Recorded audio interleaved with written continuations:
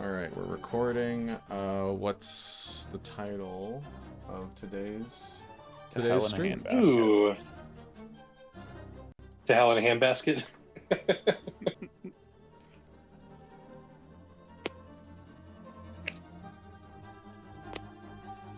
I like that. Gives a good hag vibe.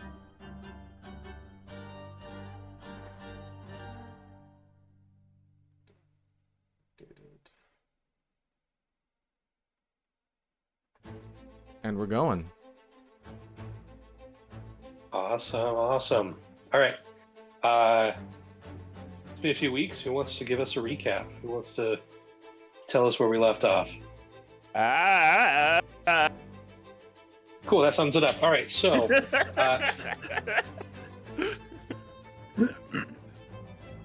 as you all scream into the void above, I believe, if I remember correctly, Ergi, you had just pulled your lantern away from this horrifying creature, this multi-limbed, gaping maw creature looming above you. I just beat him up a little bit. Actually, quite a bit. Quite a bit, yes. And he then attempted to retaliate by attempting to siphon off quite a lot of the energy stored within this lantern that you all have been forced to hold and to protect.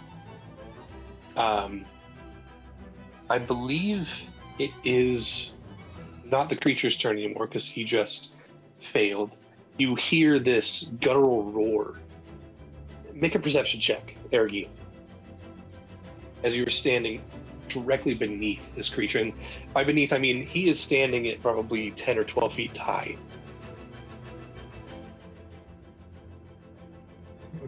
Perception. Yep.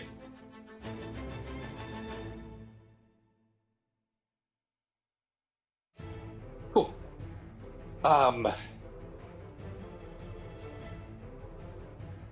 This roar just kind of echoes through the emptiness of the space. And then you hear an echoed roar in the distance, separate. And then a third. And then it'll be Cal's turn. Oh boy. Oh, it's my turn. Right.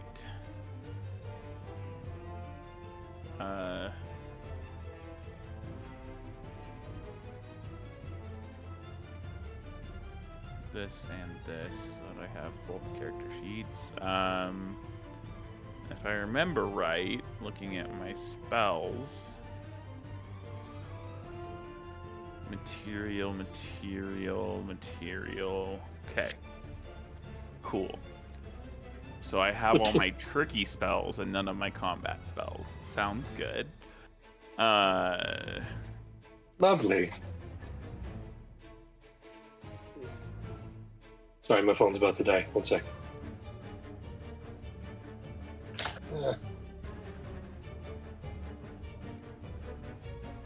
That's gracious.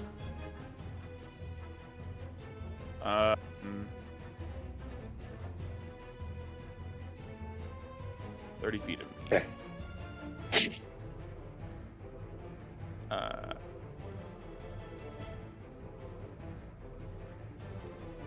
That's not the one I wanted. What's happening? This one.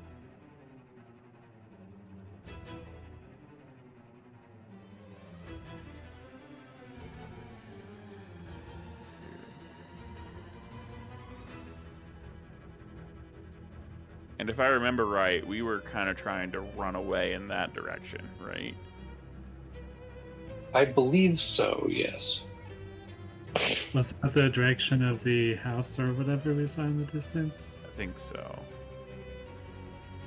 That's right, there was the building. Okay. Given that, I'm gonna walk up to here. And the thing already screamed, so I'm not really worried about making more noise. And so I'm gonna pull out the horn of the goat. and use one of its charges. Okay.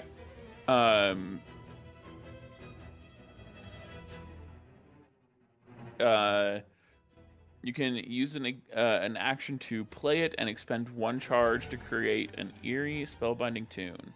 Each creature within 30 feet of you that hears you must succeed on a DC 15 Wisdom saving throw or become frightened of me for 1 minute. If I wish, all creatures in the area that aren't hostile towards you automatically succeed on the saving throw. A creature that fails the saving throw can repeat it at the end of each of its turns, ending the effect on itself on a success. A creature that succeeds on the saving throw is immune for it for 24 hours. Yeah, so all of the non-hostile creatures will automatically succeed, and I will hit all of the other creatures. Well, since there is only the one there, those two are essentially dead. They're gone. They are Right. curled up. They've been taken out of the fight. It's going to be an 18 from this creature. Okay, then it doesn't work, and then I'm going to use the last 10 feet of my movement to move back in the direction that I came from. Awesome, sounds good. That'll be Who would like to control Clash this session? Oh, I can do that. Okay, go ahead. I believe I already have control. Yeah. I already got control. Okay. Apologies, I was doing some settings. You blew the horn of the goat, and he succeeded on the saving throw. He succeeded on the save. And then, did you say anything? Sorry. Or indicate strategy? And then I started moving back in the direction that we were running to, like, the northeast direction. Okay, so Clash sees... Oh, man.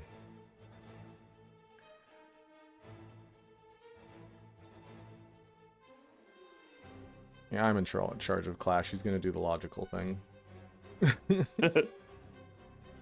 Which one is Clash? Actually. Clash is green, I'm pretty sure. Yes. Clash is green? Yeah, Clash is green. I can't move him. Well, I guess emerald. It might have been it.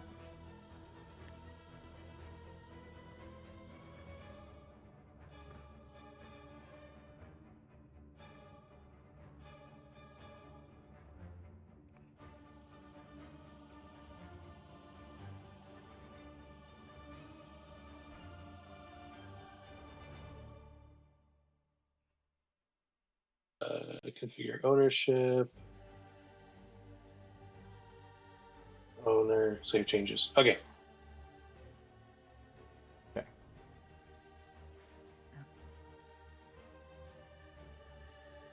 I'm pretty sure there's a setting somewhere that you can probably turn off, Josh, that makes it so that the tokens don't rotate when they move. Yeah, I was trying to find that earlier. If you go into configure settings and use the search bar for like rotate, it might be able to give you something. You can also rotate them by just holding shift and scrolling on top of them. Yeah, I just don't want them to auto rotate. That's fair. There we go. I will do that There for it each of is. you right now. There should be a global setting for that, but this works too. All right, but yeah, Clash, he was over here. He's just gonna start running with Cal in the same direction. Okay. We're gonna start running away, I think.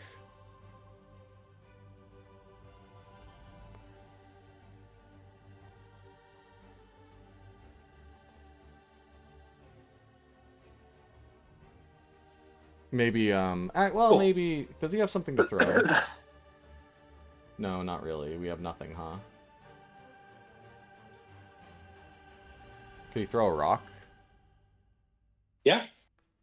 Ground is littered with these obsidians, like shards, almost. Okay, he'll grab one that looks like a dagger, if he can, and try to chuck one at the big guy. Go ahead, make it with disadvantage. Let's see. So that'll probably be that plus 3 plus 5 at disadvantage.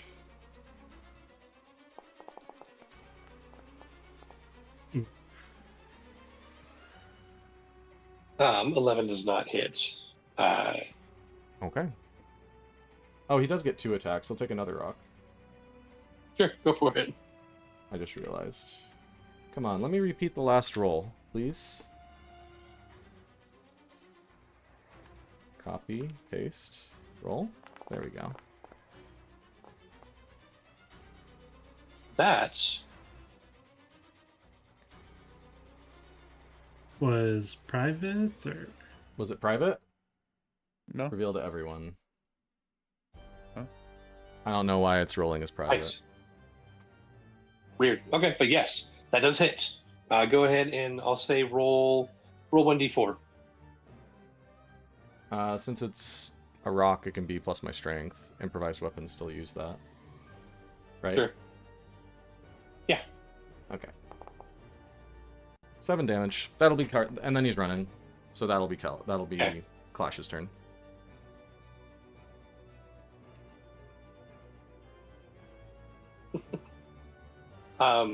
Flash runs, grabs a rock, throws it, totally misses. Grabs a second rock, throws it hard, smacks this creature on the side of the head. It knocks to the side, and with its mouth open, no eyes, no visible way of seeing, looks directly at Clash. Cool. Um, Love that for him. awesome. Top of the round is Karzan. Oh man, I rolled Oops. highest initiative? That's crazy. It was in fact crazy. There you go. Yeah, we're gonna do a run and gun type situation, I feel, where I'm also just gonna, let's see, how many... Doing pretty good on spell slots. Let's filter down to prepared, please. Thank you. And, how's the big guy looking? Is he looking damaged? It's hard to say. This creature doesn't have like normal skin or scales. You're not even sure what this thing is made out of. There's no blood. There's no visible tears. Even from where the rock just hit him, you're not entirely sure. you have a special weapon out, right? Oh yeah, I do, don't I? Yep, spiritual weapon is out. Can it be infinitely far away?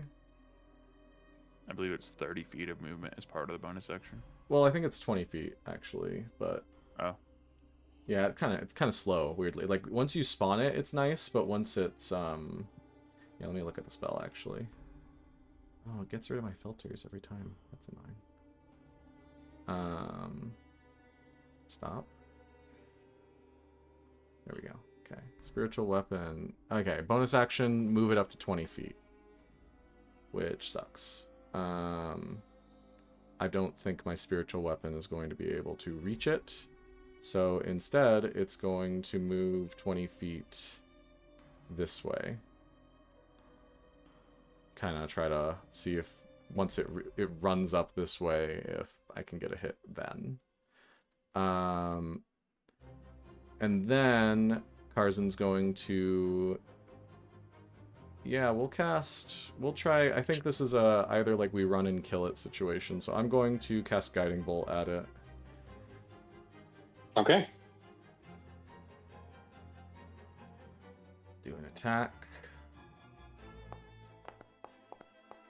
Dang it.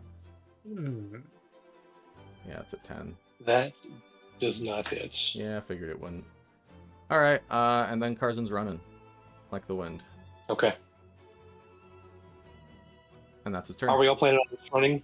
Are you planning on just running from here on out? Yes, but I will attack before running. Okay. So if we're going to just be running, we're going to turn this into a bit of a chase sequence. We're not going to do anything with the map. As you all turn to run, I believe Nyx. We'll keep the same initiative, but Nyx, you run your 30 feet. Do you dash? Do you turn and attack? What do you do?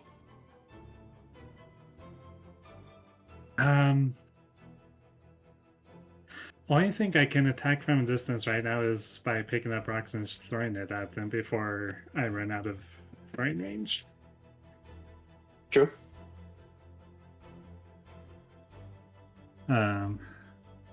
That's a what is that? 1d20 plus strength. Or Dex. Since you're a ranger, you'd be proficient in it as well. Yeah. I So can it's use your dex. Dex. Would it be Dex? Your Dex plus your proficiency. Throwing, it's a ranged, I would imagine. Well, yeah, but like, I'm pretty sure that's only for specific things. I don't know. For like picking up one of the obsidian shards off the ground. I'm giving a quick reference. You're right, because throwing daggers is a Dex thing. That's weird. Oh, because they're finesse, though. Finesse. Oh, fair. All ranged attacks are dex based. What about throwing a hand axe? Dex. Really? It's always been registered as strength whenever I've done it. You can make melee attacks with a hand axe using strength, but if you throw it, it's a dex attack.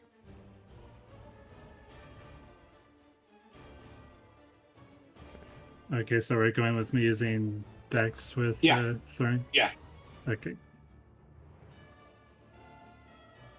Plus, +5 plus my proficiency.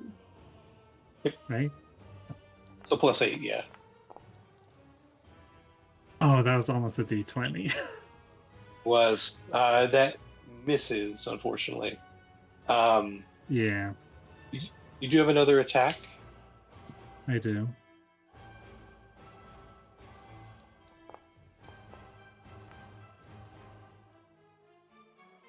That is Nice. definitely going to hit, yeah.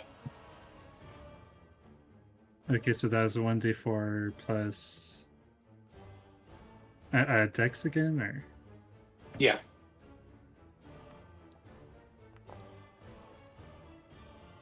eight. Okay.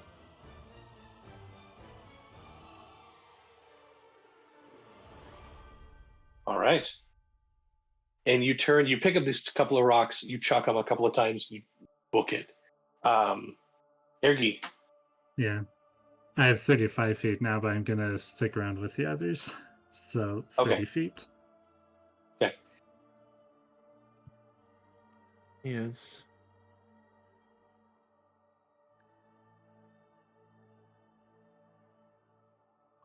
Alright. Got my hunter's mark on him currently.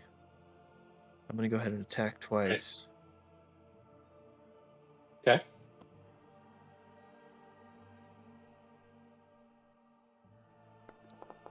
So this, remember, you don't have your warhammer. Oh yeah. Okay. Yes, I rolled a 5 on that, so it's gonna miss. Well, it'd be the same roll, right? Yeah, it'd be the same roll. Does 13 hit? 13 does not hit, no. 20 does. That might. I'm not sure. Let me check. It's sad there's no exciting music. I removed that. Oh, yeah. Okay, so what I'm using is a D10, right? It's like quarterstaff style. Yeah.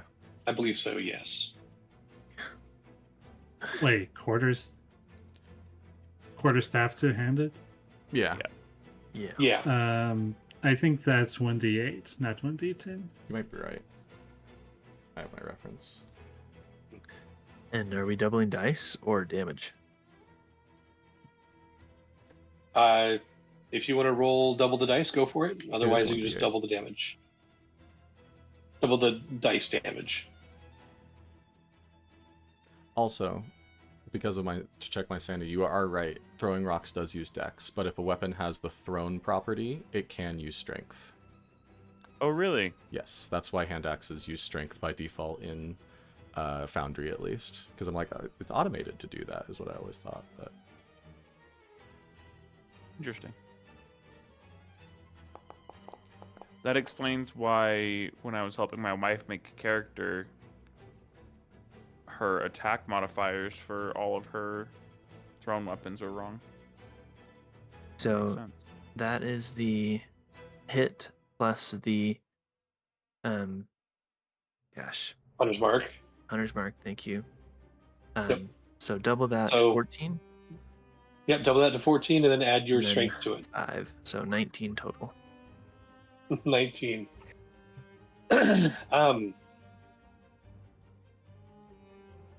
How do you want to do this? ooh, It's weird that it was just one hit, but I envision Ergi taking this rod or whatever he has, basically, and just beating this thing, just full blood damage, over and over again, kind of thing, till it stops. Cool. You holding kind of awkwardly your lantern in one hand and two-handing this staff, this stick you picked up. You start wailing on this thing. After about 2 or 3 hits, as the head gets smacked side to side, it just falls limp to the ground. Just for funsies, I need you to roll a d20. If it's 11 or above, your stick does not break. Oh my goodness. the God stick. Cool. Is it blessed now? +1? It is divine. It is a +10 Vorpal stick. Amazing. How about he just doesn't have to roll that check again for that stick ever again? It is time tested. This stick will hold. The creature is down. It goes quiet in the area. You do hear another shriek or a cry or a roar in the distance, followed by a second one. But not from this thing. Instead, Ergi, you watch the limbs fall off. As it hits the ground, it puffs to dust. The skin starts to melt, but it's the melting of sand as it blows away in the wind. And what's left on the ground is a man. This bruised and bloodied man, human, balding, has a scar from his eye down to his chin. He kind of holds his hands up as he starts to stand. What do you do? I'll just grab him and start running. As you reach to grab him, your hand moves through him, almost as if he is incorporeal. As he looks up at you, he goes, "I don't know what you did. Thank you." He looks down, and you see now there is a shard of metal on the ground. He takes a couple steps back, recoiling from it. Need these. This, right here. I don't... And you start to see his essence start to fade into a point in the distance. I don't have time. I tried to rebel, to run as far away, but I can't. This place draws you in. It has something in the middle, a secret. They wouldn't let us go near. Please, stop this. and as he tries to exit that, or tries to speak that last word, he entirely evaporates into that distant point. Did he say piece of take metal this stays- with the metal? Or was he just going to It's say stays. something about it? He did? That's what he said. He said, "Take this." Cool. Yeah, I'll grab the piece of metal and I'll go catch up to everybody. And I'll tell him. As you guys are running away, you look behind, and Ergi is no longer being pursued. He catches up to you all. The clearing is empty, devoid of all life. You see a little ways to the east of you, that building kind of sticking up out of the forest.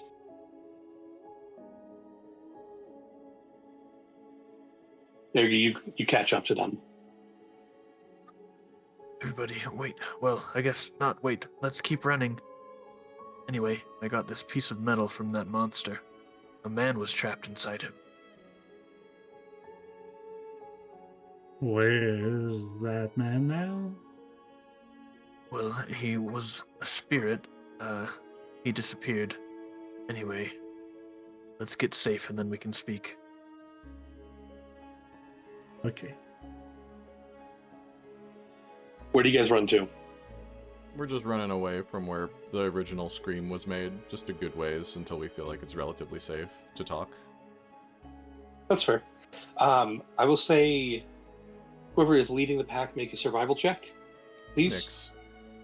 Please. Okay. Survival.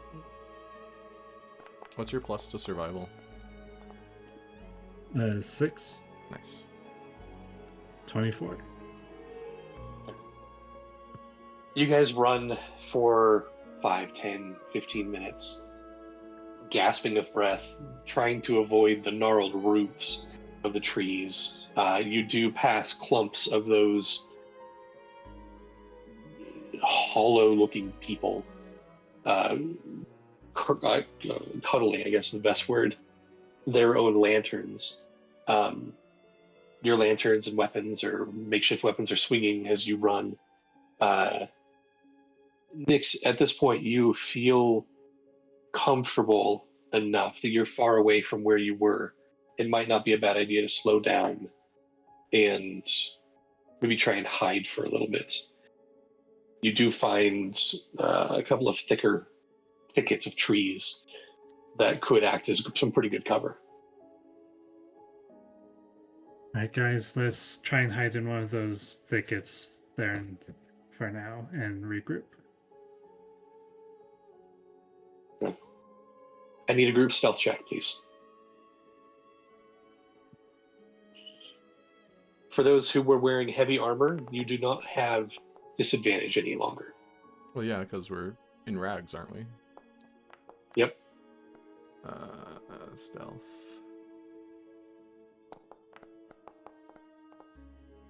Nix comes out with a 30. Holy crap. Expertise in stealth. Yeah, that'll do it.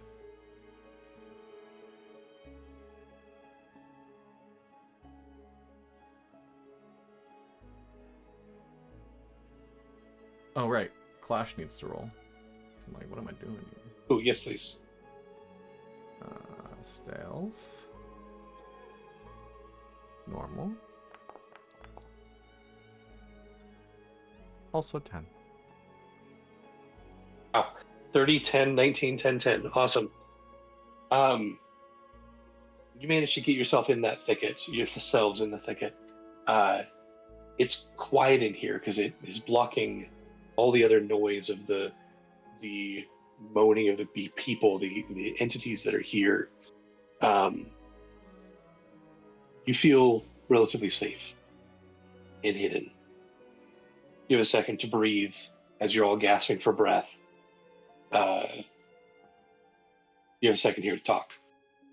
I'll pull out the piece of metal and I'll explain.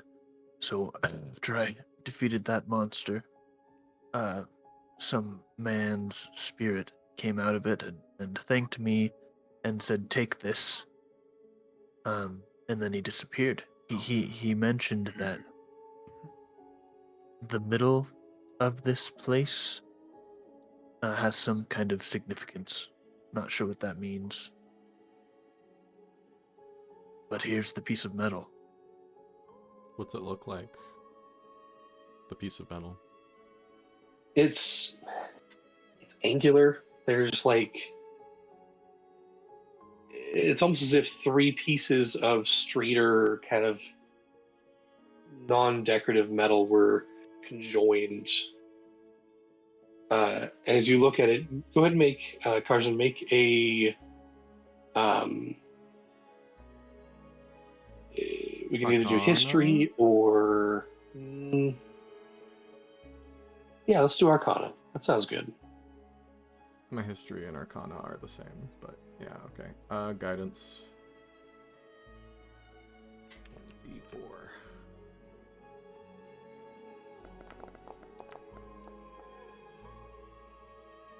It's still 12.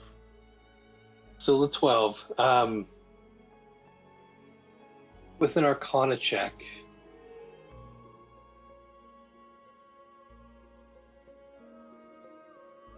the one thing you get from this is as you hold up your lantern to see what this thing could be, to get more light, you look down and the bottom little piece of your lantern is identical to this. Like one of the bottom corners was just ripped off and handed to somebody else. Seems to be a piece of one of these soul lanterns. Okay. Do I know what material it might be made of? As far as you can tell, like an iron, like a black iron. If I hold my Kind of hard to lantern tell, close though. to it, does it react at all in any way? No.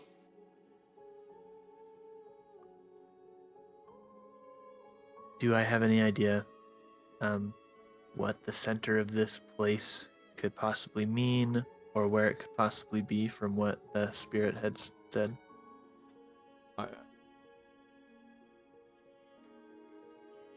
Your guess. Go ahead and take your guess.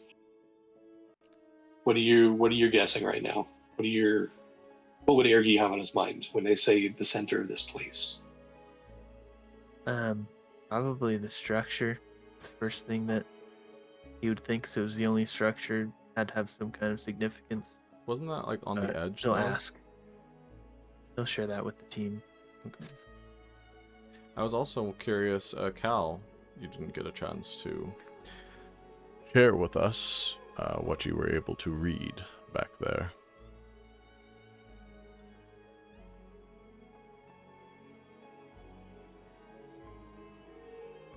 Yeah. I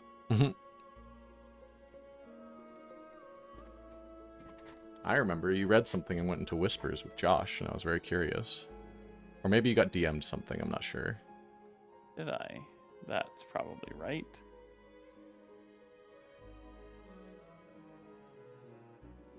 That's work stuff. A little higher. There we go. Yeah. It said, break the bindings and the earth shall scream. Release it in anger and the world will quake. Free it in mercy and it will remember your face when the mountains rise again.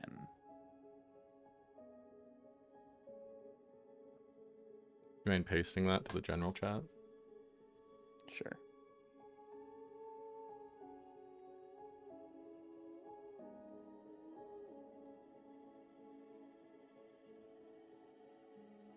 There you go.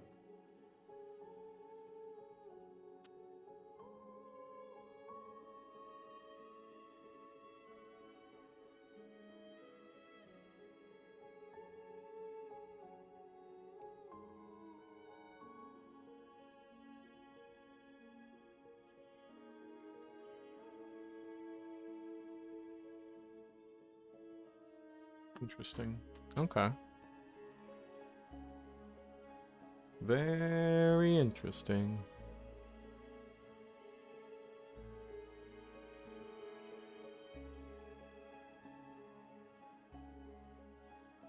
So, for the layout of this place, Josh, it's the forest, and is one of the towers in the center, or like within the forest, or is like the tower kind of like a skip and a hop some islands away from the tower we saw? So it's not a tower per se. It's just a larger Structure. building structure. Yeah. There was only one, and it was more towards the. If you were to count where you came in as south, and you were looking north when you first entered the dimension, this plane, the far northeast is where the structure was. Within the forest or without? Within. Okay. The whole thing is forested. As far as it your wasn't eyes bordered. can see from that It wasn't. distance. Okay, because in my mind it was on like a giant floating island or something like that, but I guess that'd be hard to see. Yes. Yeah, generally what you could tell is it is a giant floating island.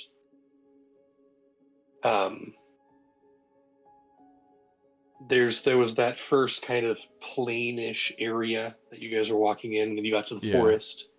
You did see. I don't think you ever got to it. You got mostly to it. There was a collection of lights off to the northwest. I think you got mostly there, but didn't quite get all the way. And then I think that was that's all the only thing you saw from your vantage point Okay. from when you first came here. This collection of lights, was it brighter than the enemies we just fought? Or was it kind of part of it? Like, was it different in any way? Like if we could see it from a distance, we weren't able to see these enemies from a distance. You weren't even no. It was as if it was like a town where there was a bunch of lights, smaller lights, all put together in one place.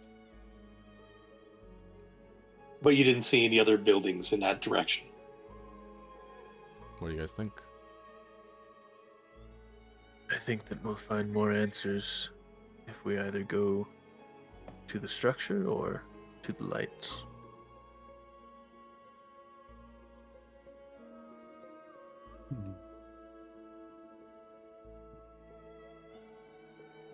So that big creature showed up, like, after we had kind of revealed ourselves to the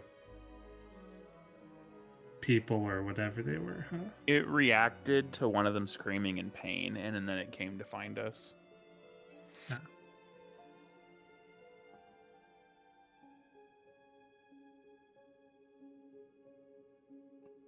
So what do you guys think? Should we go to the lights that seemed like a kind of cluster of lights, townish perhaps?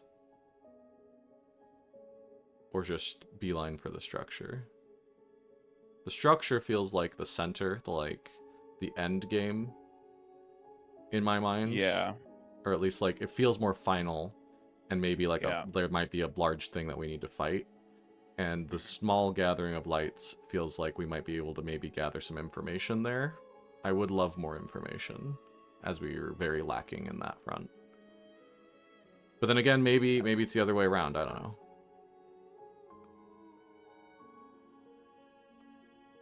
No, I agree. How about we go toward the lights first and see if we can learn anything about these spirit people trapped in monsters, etc. Yeah. Sounds good.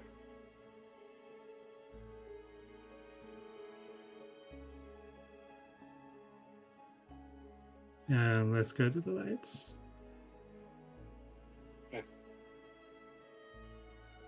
As you guys start to catch your breath, you peek your head out of the thicket you're in. You can see the lights. They're actually not super far away. And you start beelining it towards there. Are you going quickly or stealthily? I prefer stealth. Stealthily Okay. sounds good. Not Everyone? slowly, but stealthily. Okay. Because I think that we have a little bit of a time limit, but Yeah. also safe is good. So in that case, let's have a group stealth check. Once again. Once again. Darn. Oof. Much worse, probably. Or not. That like hovered on 18 on my screen. Kyle. I'm rolling with guidance, but that didn't help. Oh. And then clash.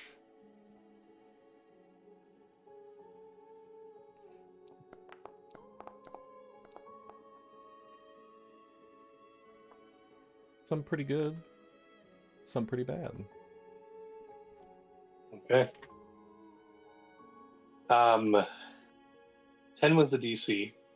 So technically, 3 successes, 2 fails. One of those fails is in that one. You start traveling towards the lights, and as you do, you get a little bit closer.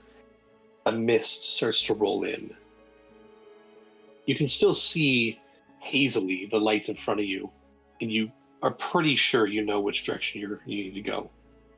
I'm going to need a survival check from whoever is leading. Nick, I'm With me assuming. giving help, so you have advantage. I'll also be giving Okay. guidance. The advantage and 1d4. Yep. Yep.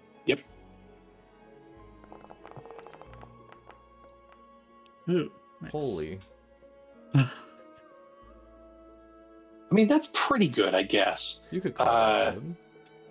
Yeah.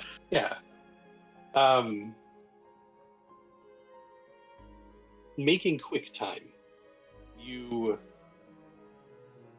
find yourself Nix. You are kind of tracking where the mist is coming in from. It's coming in from the north, or what you're claiming to be the north at this point.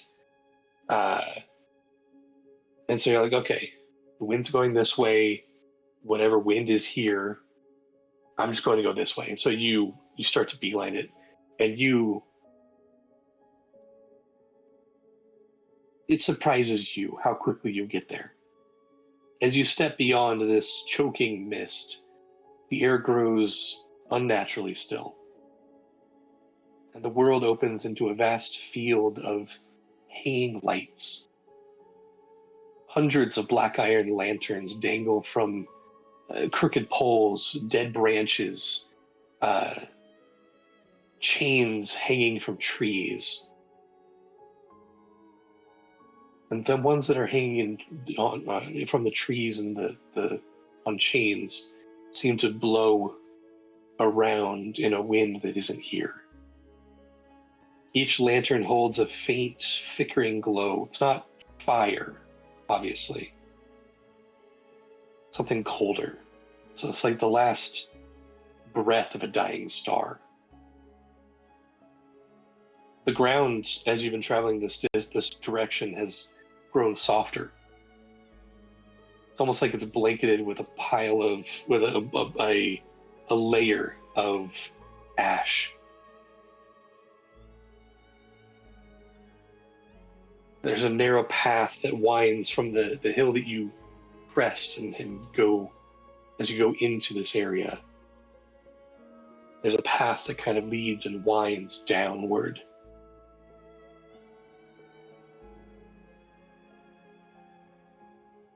And then you see the figures kneeling all throughout this garden of lanterns. They're statues. You get a little closer, and they're kneeling. The figures, their faces are covered with what look like hoods, maybe. There's a melted wax.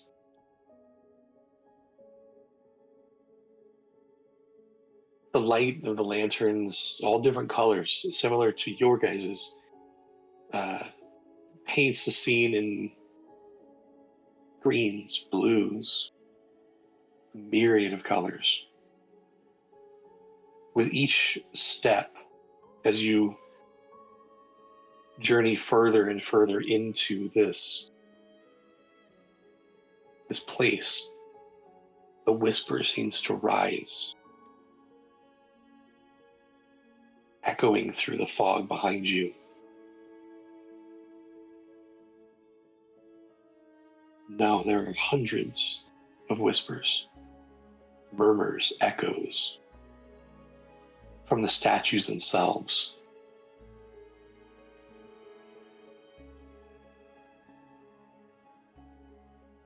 How far do you enter into this garden?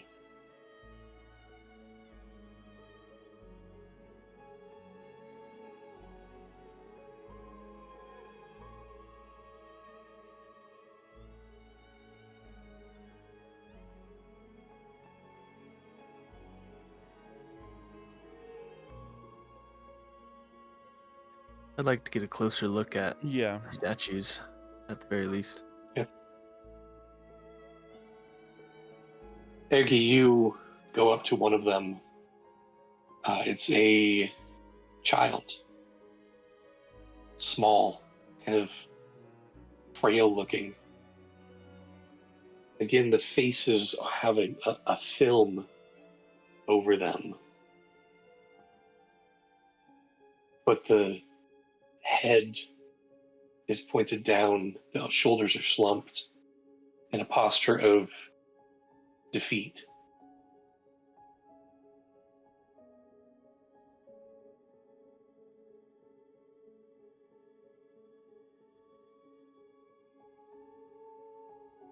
You go to another, and it's a woman. Head in her hands, hair, stone hair draping down, detailed, yet worn, weathered.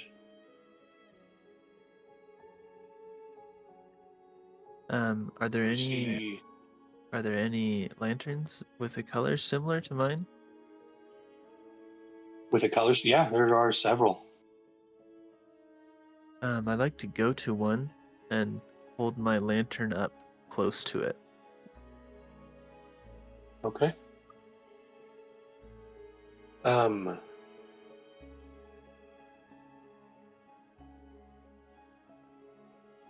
It doesn't react, but you can sense something in there, something hidden within the lantern, but in plain sight. A presence almost. You said that the pieces of metal that we found earlier were similar to the foot of the lantern, right? Yeah, kind of the base. Does the lantern that this thing is the like statue's lantern, does it have one of those bases? Yeah, they're all whole, Okay. what you can tell.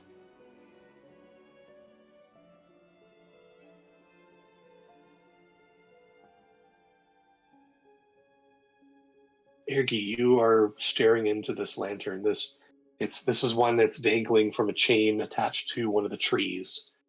The limb is kind of bending low from the weight. I need you to make a perception check for me.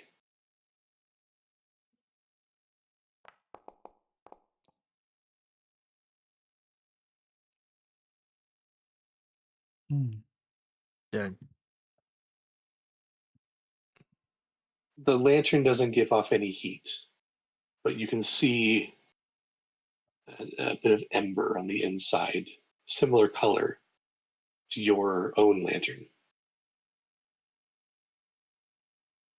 What Oh.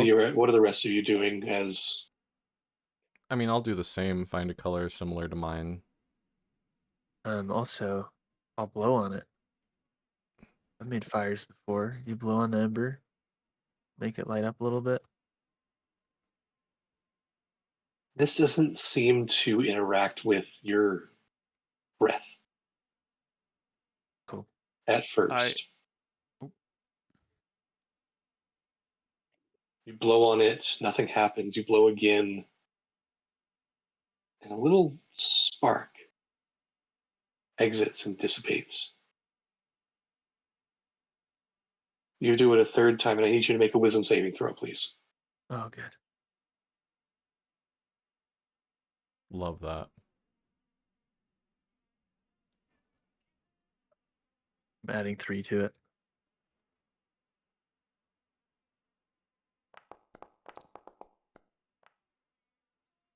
Tough rolls. Yeah, these have been really rough for you guys. Well, mostly, except for the 2 nat 20s you got. Ergi, the last time you blow into this lantern, you can feel some warmth in your chest. And it starts to move up towards your throat, mouth, before you kind of stop, swallow it back down almost. It's weird. It's almost like reverse drinking hot chocolate on a cold day. So throwing up hot chocolate. Pretty much, yeah. Nice. But you look down, you look at your lantern, and there was, for a brief moment at the corner of your eye, you notice that part of its flame was moving up your arm, not burning you or hurting you, but moving up your arm. And now it's Just normal part of it, again. though. I'd like to keep. Never mind. So are we just like on the outside of this garden? Generally, yeah, I believe unless you guys have moved a little bit further in, that's up to you. Before we do that, I would like to try to use prestidigitation. One of the effects that prestidigitation allows is you can instantly light or snuff out a candle, a torch, or a small campfire. Okay. I would like to fully light one of these lanterns using prestidigitation. I'll say which one. The There fourth one are from hundreds. the left. meaning color. Like, is there a specific color you'd beat in on, or just a random? Adro, that's my last character. Cal walks left and then picks that one. Probably Cool. intentionally not picking one that matches his lantern. But other than that, he doesn't Okay. care. You walk over, kind of flourish a little bit with your hand, and the flame on the inside lights up. It is glowing a pale orange. And it stays that way.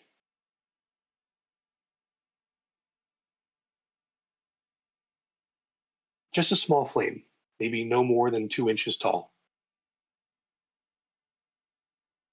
But as if you get a little bit closer to it, you can feel a little bit of warmth coming off of it. Make a perception check, please, Cal.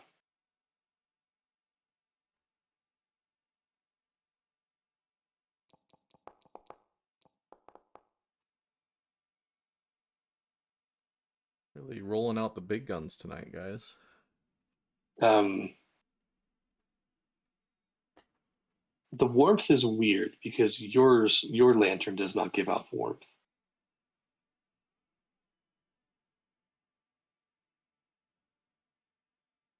Carson, Nix, what are you guys doing? I'm trying to look deeper in. Is there anything of interest if we were to go deeper into this place? Make a perception check. Cool. Let's see. Guidance.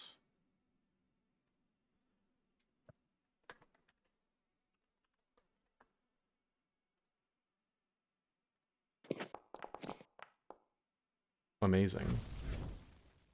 Nice. We had a solid 28. Sees all. Yes.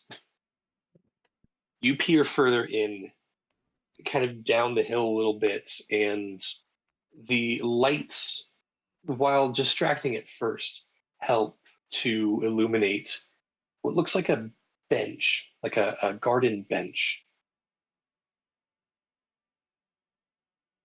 On one side, actually to both the sides, there is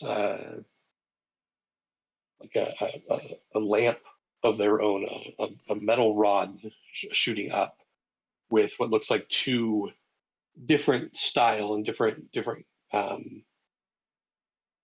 uh, differently made lamps, unlit.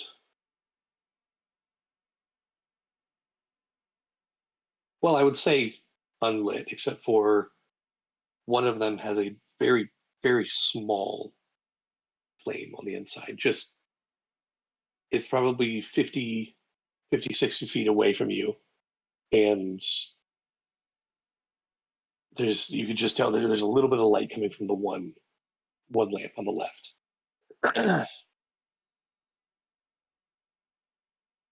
So it's just a bench with two lamps next to it? Mhm. And there's no, like, tablets No or people. threats. Interesting.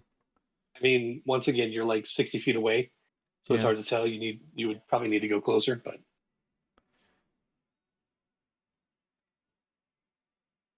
I'll kind of go up to Nyx and say, there's a bench further in with two lanterns. Don't know what we'd expect to see there, but we should probably go as a group. Agreed. This place is giving me the heebie-jeebies. Though, like, and all these people, they're in, like, defeat. They're not scattered. So I guess my question is, are they scattered in an intentional way where it's, like, kind of decorative? Or are they scattered in a Medusa's garden kind of way? Where it's just decorative. like, okay. The more you look at it, the more you're like, okay, this group is huddled around this cluster of lanterns. This group is around this cluster. This one individual is up against a tree or almost like praying towards a tree. And so like you're looking at it, it's like these have been intentionally placed. Okay. I'll try to get Ergi and Cal's attention and trudge our way to the bench. But before we head away, so there was no real effect from that lantern turning on, right? As And far the as you can flame was tell, no. and the flame was weird because it provided heat, which means it's probably not the same kind of flame that I produced. So I would then like to snuff out the lantern that I lit using Prestige. What happens? A little flourish again, the flame, uh, smoke curling towards the heavens. And you see the light that was in it, the small ember, is still lit and is still glowing a blue.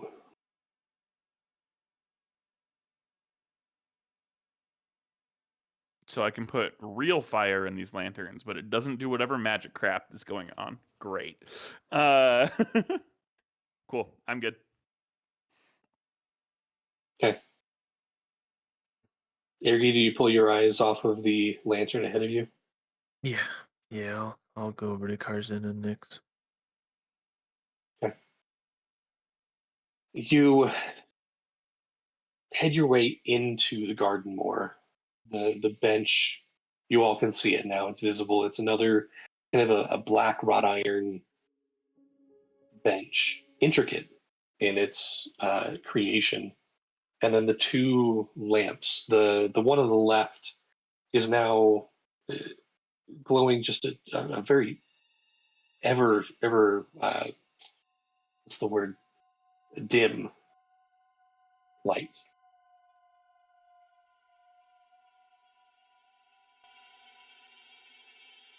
Nothing happens as you approach. You look around, you keep an eye out. No one approaches. It's quiet here. And while, yeah, it's eerie, It's also the calmest it's been here since finding yourself in this place.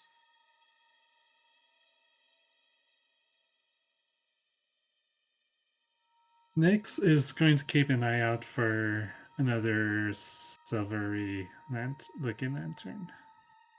Okay, go ahead and make a perception check.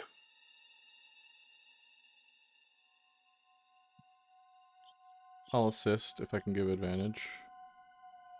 Sure, all out. Okay.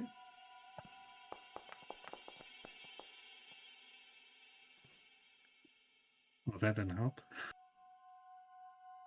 It wasn't too hard to find. You Okay. do see another lantern of your similar color, I guess. Not too far away. The light inside Okay. is slightly brighter than some of the other ones in the area, but it's still very, very dim compared to your lantern.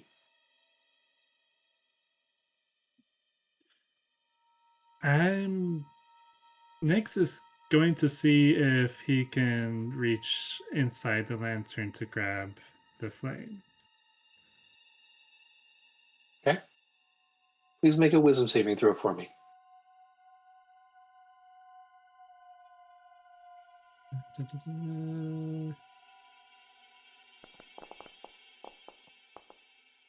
That was almost a 2.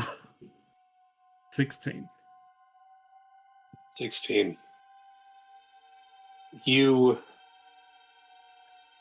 reach in, and before, when you were facing off with those hollow individuals, uh, you could feel. I can't remember who it was.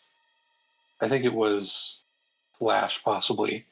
Could, and you guys have talked about this, could feel the flame when you grabbed it out of the other individual's uh, lantern.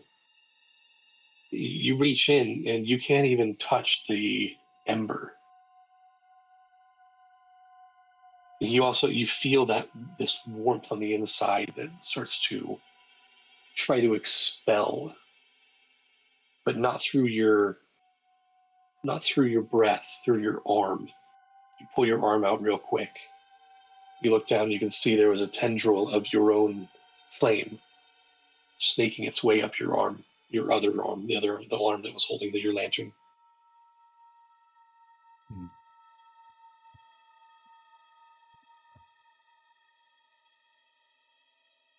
I'd like to experiment. Once you pull your hand away, you're able to shake off that feeling. Sorry, go ahead, Cal. You said that one of the lanterns by the bench was unlit completely, right? Correct.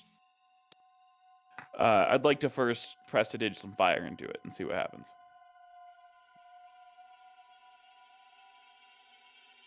You snap, flourish, however you do that, however you cast the spell, directing it towards that lamp, and nothing happens. Oh. I just expected more You- normal fire, but okay. You feel a resistance. It's weird.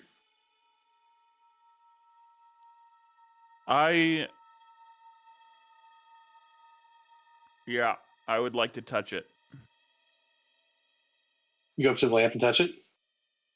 First, just like the outside of it, just to see if that does anything. Okay. You touch the outside, it's cold. The iron is cold. But nothing happens.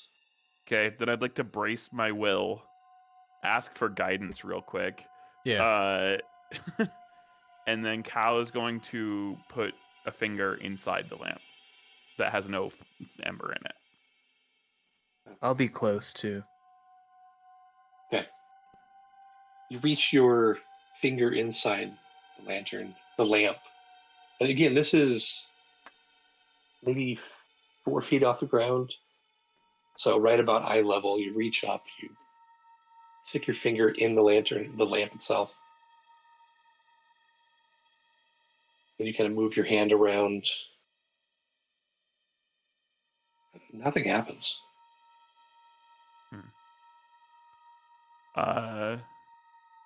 Interesting. I'll go to the other one that did have an ember in it and try the same thing. It's warm on the outside. And you can see that the light, the fire on the inside is that dull orange again, almost like the color of fire is muted. And, you start to reach your hand in and it gets really hot and really warm, even with the small little flame that's in there. Change of plans. I'm going to prestidige that out. Like, put out the one that's burning. You snap, cast prestidigitation, the fire goes out.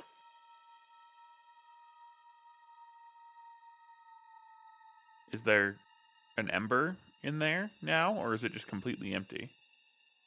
It's dead, like it's dark.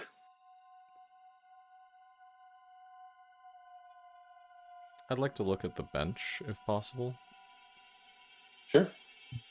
Well, I'm wondering if you should put that back in there. That's a good question. Can I relight the one that was originally lit, or does it also resist me putting fire in? You try prestidigitation again. Yeah. It lights back up. A Interesting. little bit bigger and brighter this time.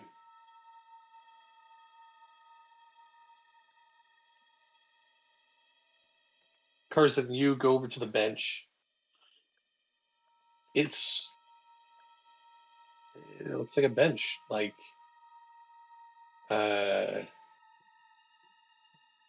crisscross back made of iron. The seat itself feels pretty sturdy.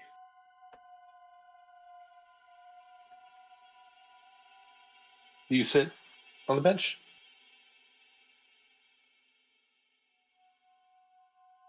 No. Cal will. He sits. With Cal, Ergi remind within me. 10 feet and with guidance. Yeah, paranoid much? Jeez. Oh, yeah. Yeah. Cal, remind me. You had a level of exhaustion from being attacked previously. Am I correct? This is correct. Yep. As you sit on the bench, you feel a little invigorated. The exhaustion goes away. Ooh. Okay. Did I put it over here? Effects. You sit up a little straighter. You feel better than you have in about an hour since being here.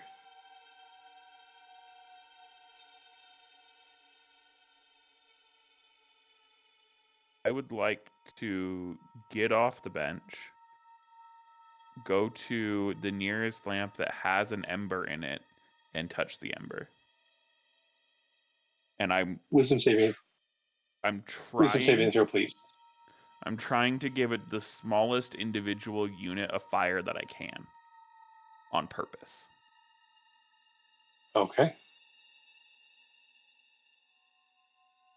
So just to clarify, you are willingly failing the.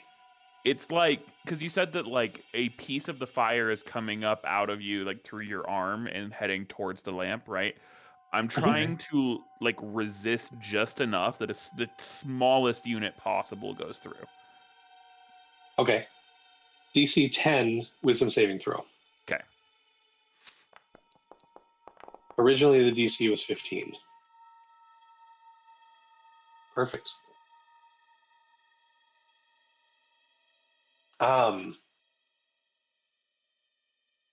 Go ahead and roll 1d4 for me, please.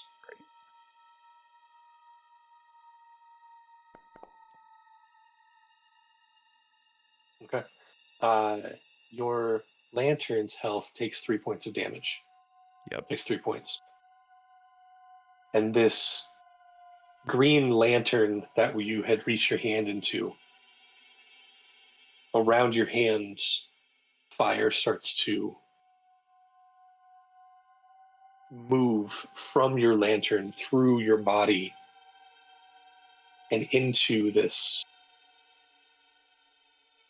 what essentially is this individual. It starts to burn. You pull your hand out, it stays. The second lamp, the one that is not lit right now, starts to glow a green color.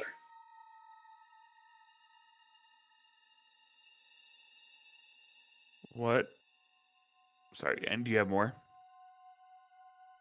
What happens if I go sit back on the bench?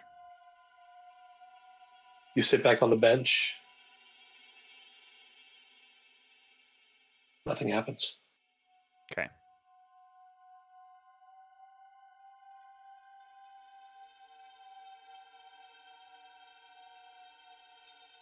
And you said that lantern's glowing. Was there a person holding it, or was it just like From a tree.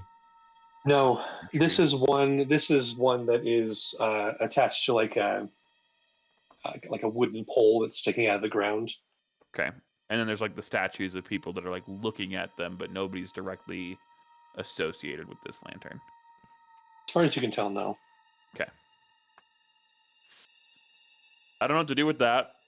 Yeah, I don't either.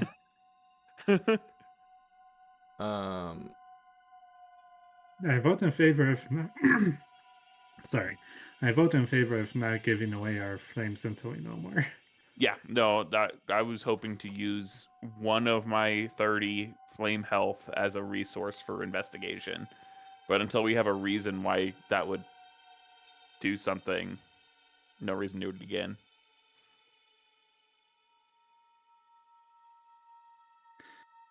I'm gonna turn back to the lantern that I had tried grabbing and just see if I can look at it, if I can see anything else about it. Make a perception check. Would you end the combat, by the way, Josh?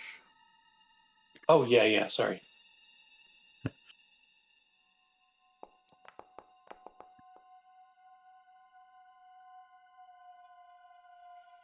$24. 24 perception, okay. Nix, you start to get a little bit closer to this. If I remember correctly, it was a silver colored one. This is another one that's hanging from a tree. And you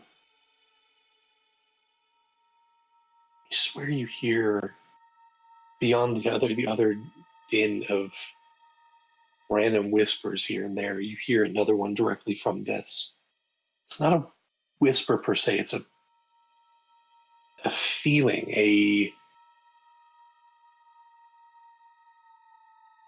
it's weird. You get the sense of a young man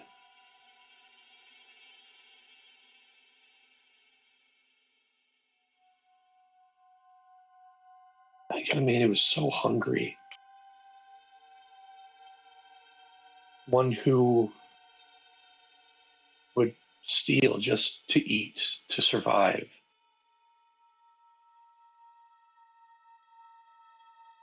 There was a friend, and there wasn't. There was a deal being made.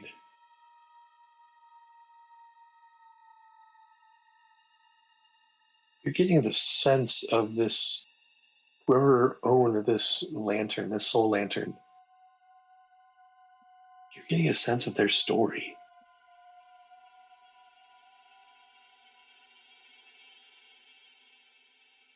After all of that, you get this feeling of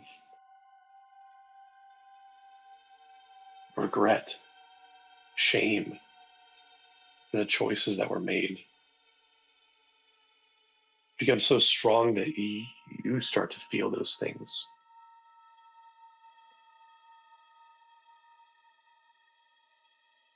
You take a step back and you find tears in your eyes as you blink and look around at your friends in this weird space.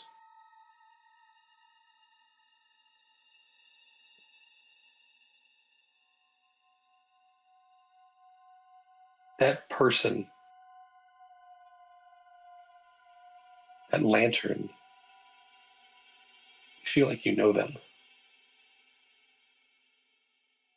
but you don't.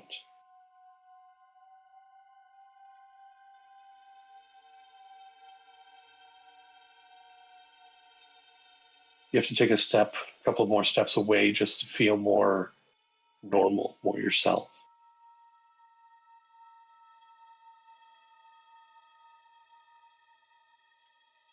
Yeah, that was a ghost of a story I just saw.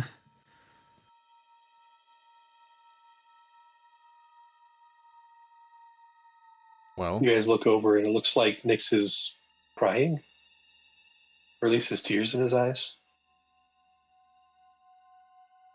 are you okay? Uh, Nick brushes away the tears.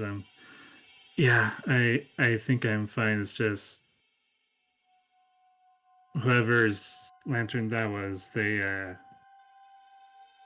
were feeling some strong regret and shame or something about their choices.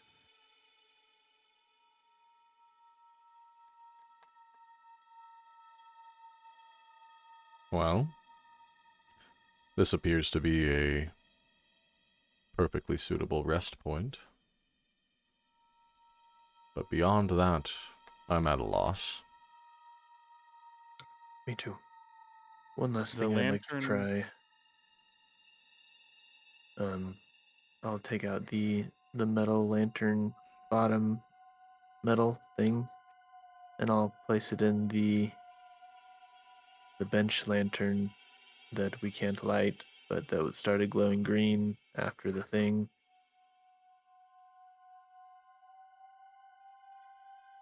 There's no heat, so it's easy enough to place it in that lantern. What languages does everyone know? Ooh, good question. It's on my original character sheet. If I have 6 seconds of warning, all of them. At this point, you don't, unfortunately. Common, Dang it. celestial. Common, Draconic, Dwarvish, Elvish, Halfling, Infernal. Common, Dwarvish, Elvish, Goblin, and Draconic. The only that don't overlap are Primordial and Celestial. Do you not know Sylvan? I don't know Sylvan. Ah, well.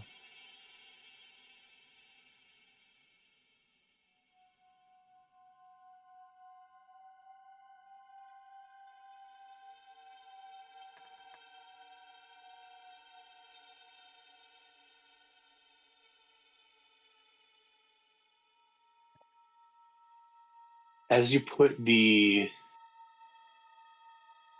that piece of lantern, Also, sorry, Clash knows Giant and Goblin. okay.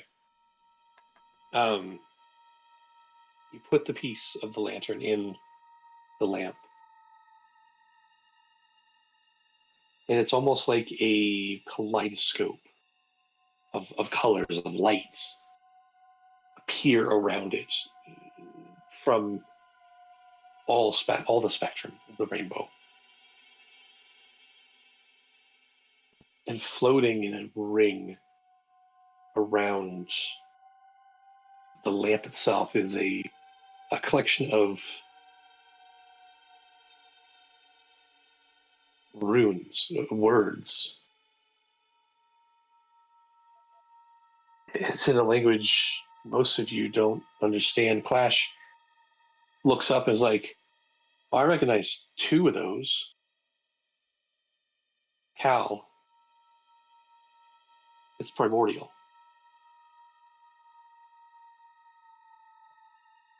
It's not a phrase. It doesn't quite make sense at first.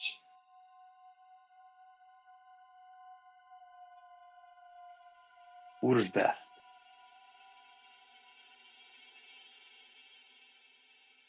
It's derived, the Ur is ancient or original. Veth is weight, but sometimes could be used for like mountain or great amounts of rock and stone. Think about it, you're like, no, this is a name.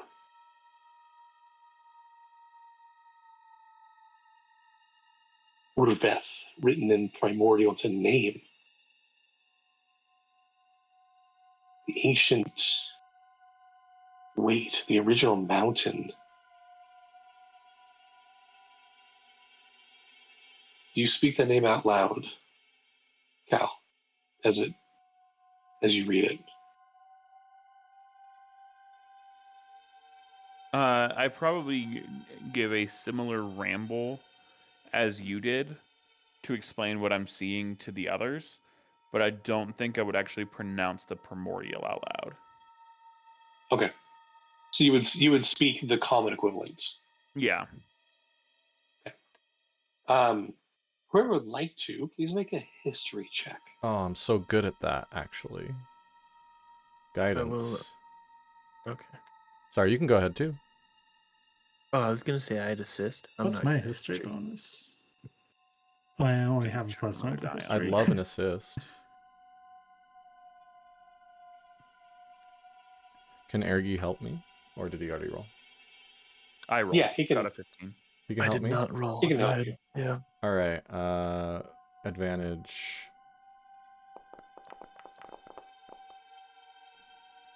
For a total of 24. Nice.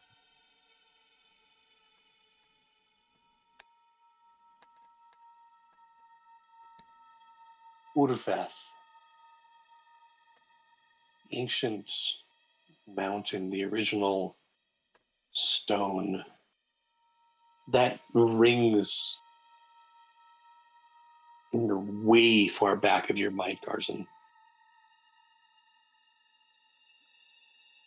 In a history that is not commonly known to most of the people on this continent. There was according to some legend or myth or histories, whatever you want to call it, there was a mountain range on the western side of this continent. I say was because what is there now is a gorge, a valley, a scar in the land.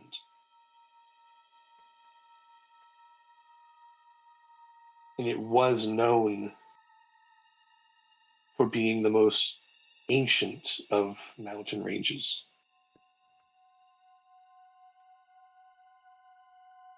And you think back, and there was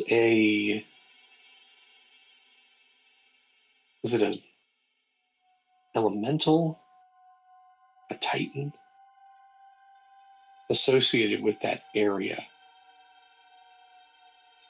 In the far back legends of pre-colonization, that's the only thing you could tie it to.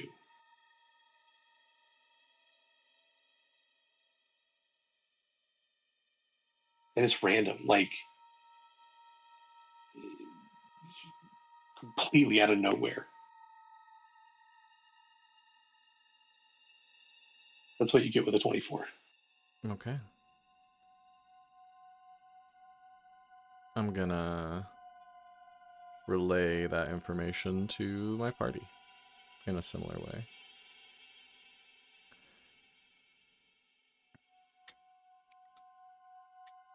So with what I read from the other place, Yeah. it sounds like if we are kind to this thing and free it just to grant itself freedom, it could be good. And if we try to free it in either anger with it or to try to have it attack something for us, everyone's going to suffer, is what I'm hearing. Definitely some weird theme about kindness. Free. What the? Mercy. The elemental that was trapped that made the mountains disappear when it was trapped. Whether it was a battle or it was some kind of earth elemental and its trapping made the mountains disappear or something like that.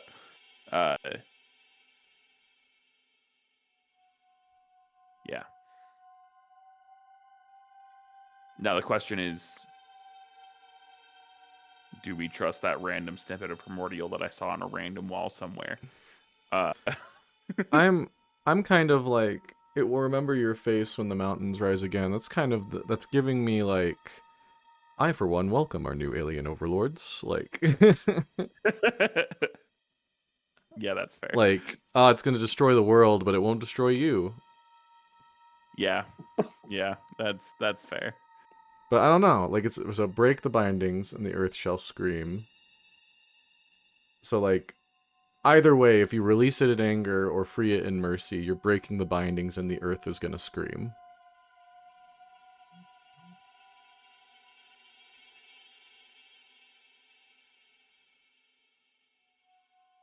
Interesting. Yeah. Well, I feel like at this point, Clash would probably put his lantern inside the thing.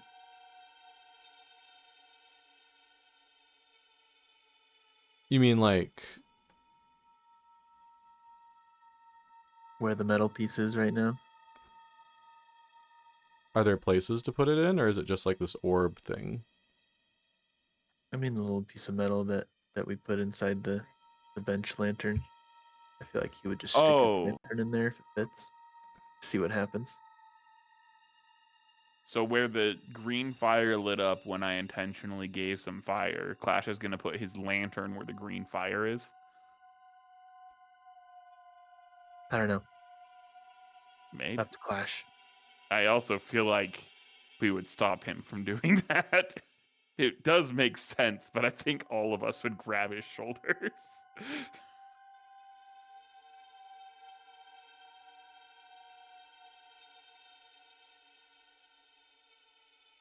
We're trying to keep those lanterns safe, remember?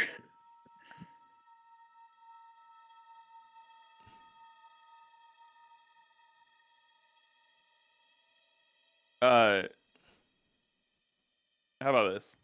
He is going to do that, and we grab him, and in the process, I'm going to reach to grab his lantern and pull it back, but that results in Cal's hand ending up inside the green flame that's in the lantern that I couldn't prestidige, right? All right. This little scuffle occurs. You pull him back. You reach for the lantern that he was about to put in there, and your hand goes inside the lamp, Cal, Yeah. and nothing happens. You can grab the piece of the lantern that you guys had put in there previously, but oddly enough, nothing happens. The green flame's not trying to eat my flame, nothing like that. Doesn't seem to be, no. Huh.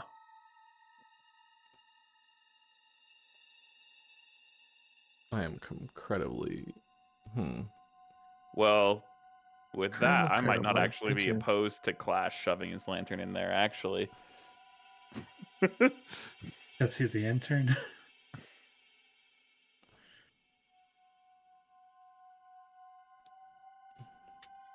I'm wondering if something happens if we do that. Well, And then I'm still a little leery about the idea. it's a piece of lantern that just gave us a clue that's not super straightforward.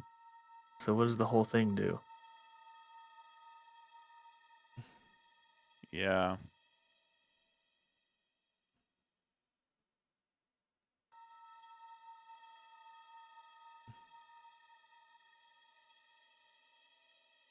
What were the words What are that you guys Clash doing? recognized? He recognized two of the symbols. Were they giant? From giant, yeah, giantish. Did Probably they say like long anything? or- derived words for mountain or peak or whatever. Yeah. Okay. Interesting.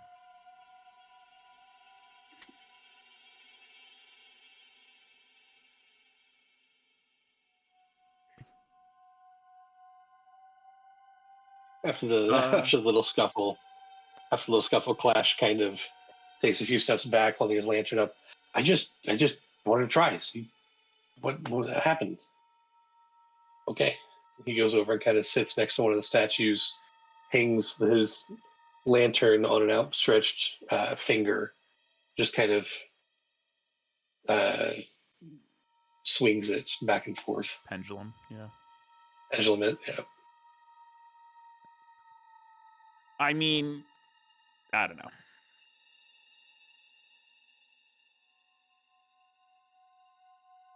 I think that it might be time to go storm the castle. I think I we can agree. make it? All right. Well, if we can come back and try to figure this out later, that's the thing too. But I'm We'll ready. try. Yeah. Let's start going to the structure. I just don't know that we know Okay. enough of like the magic or mechanics or whatever actually is going on here to do anything. I mean, like, I mean, I can start infusing random lanterns with my life force, but like, is that gonna help? Like, so I need to recontextualize because I was looking at something. We took a piece of lantern where a lantern should be, and it started floating midair there, or there was already a like, I'm trying to. So the lamps that are there behind the bench, one of them it now has just a regular orange flame in it. The other one was glowing green because Cal had willingly gave up a little bit of his lantern life to another lantern. and did that other lantern Um, have a green ember? yes. And then Ergi took the piece of lantern that you found. There are too many lanterns. I apologize. Yeah. Piece of the metal piece that you guys got from beating the preacher. Put it in the lamp, not the lantern, the lamp behind the bench, and that's where it started to almost refract light into a word Okay. around it. I'm totally for Clash putting it in then. Yeah, If anything, it's go just for it. like an analysis tool. Is what I'm curious about. Imagine Turn Clash's ears action perk to up and he grab it. jots over. Yeah, he's like, "Oh, okay." Grabs his lamp off the little finger that was extended from one of the statues. Goes over. Should we get the other metal piece out first? Yeah, probably. I'll take it out. He reaches, grabs that, hands it to one of you. Does like the Puts previous his lantern. effects go away? Yes, Okay. his lantern goes in, and as it does, hundreds of little lights shine from his lantern to every other lantern in the garden itself. Lights up even brighter. It's not like he's sharing anything. The lights are almost like laser pointers, pointing to each and every lantern, except for the one that Cal had lit, that he had shared with. Do any of the laser pointer lines point outside of the garden, like beyond it? It doesn't look like it, no. Of course, you guys are within this, 60-foot radius garden, so it's hard to tell. But as far as you can tell, no. Nothing, no, there's no moving lines. I'll just say that. It just spider webs, like it just like these laser pointers point out to every other lantern in this entire garden. Yes. Complementary to green is red, right? Yes. Kind of.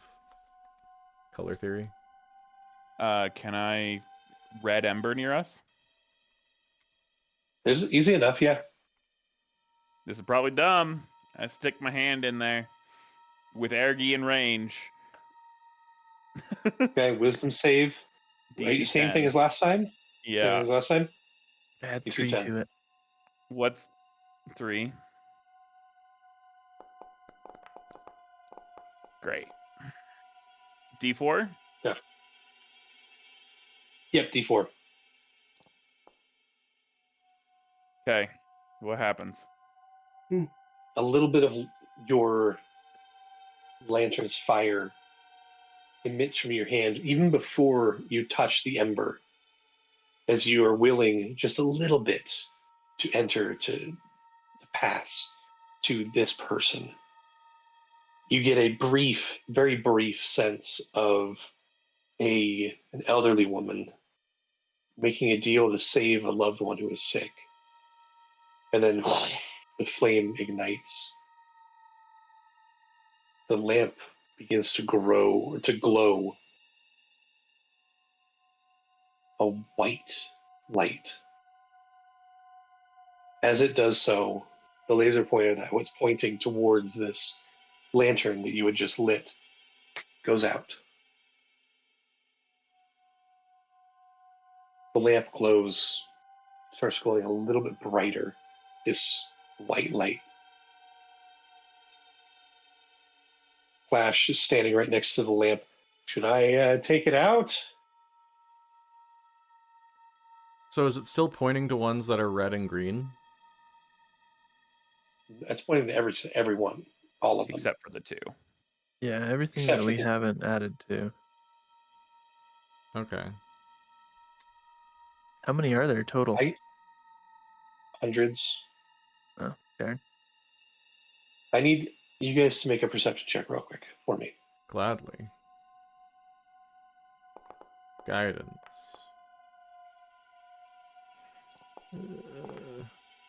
Perception. Come on. I guess 13 is better than.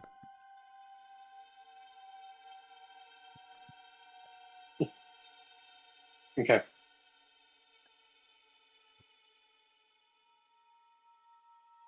With the lantern in the lamp, the light glows a brighter white. And you notice all around, every single lamp and lantern that you had not lit starts to glow a little brighter. Small flames start to burst in each and every one as the light starts to push away the mist and the gloom of this area, making it quite pretty, if not slightly eerie.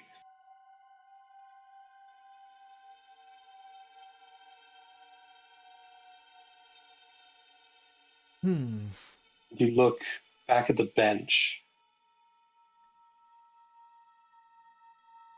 Were there always chains wrapped around the bench? Was there always a lock, padlock, wrapping around, locking the chains together?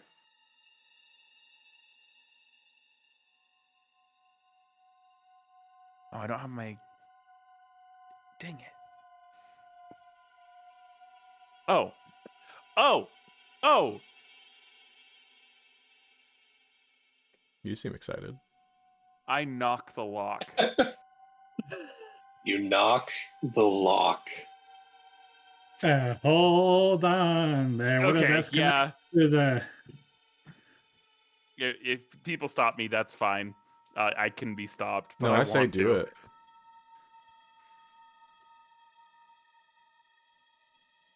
In preparation, Clash reaches up and takes his lamp out, Yeah. and all of the lasers go away, laser pointers go away. You reach out, you knock on the lock itself. It opens up. And from where the lock touches the chains start to melt away as if being superheated and then vanish completely.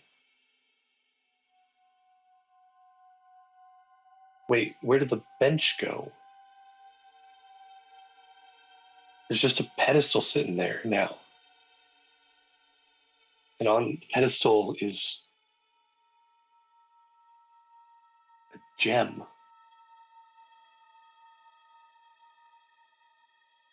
This big.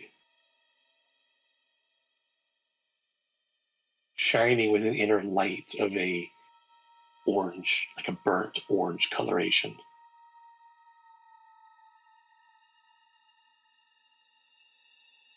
That wasn't there before.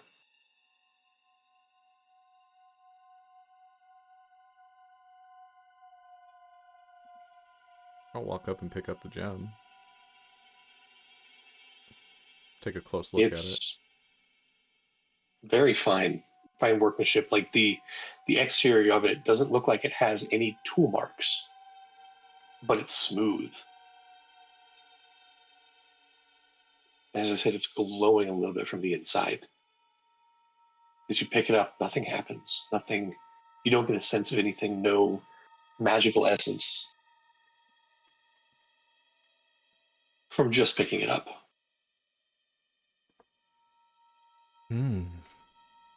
Interesting.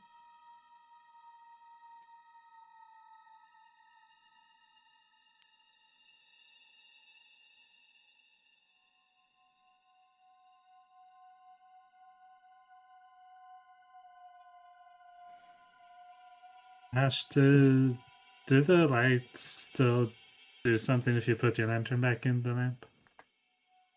That's a good question. I don't know. He puts his lamp back in. Laser pointers. Still Again, point all but to the two, right?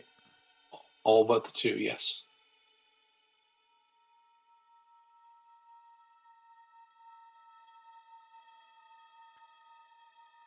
What happens Carson's if I stand on the gonna- pedestal? Carson, while Say it while again? everyone else is investigating, Carson's going to ritual cast Identify on the stone. Okay. I'm gonna stand on the pedestal, like centered on it, like a Zelda dungeon exit. No, unfortunately, but it does give you a little bit of height to see the surrounding lanterns, the garden that you're in. Okay. That's about it. Remind Are me, there any other benches? There are no other benches.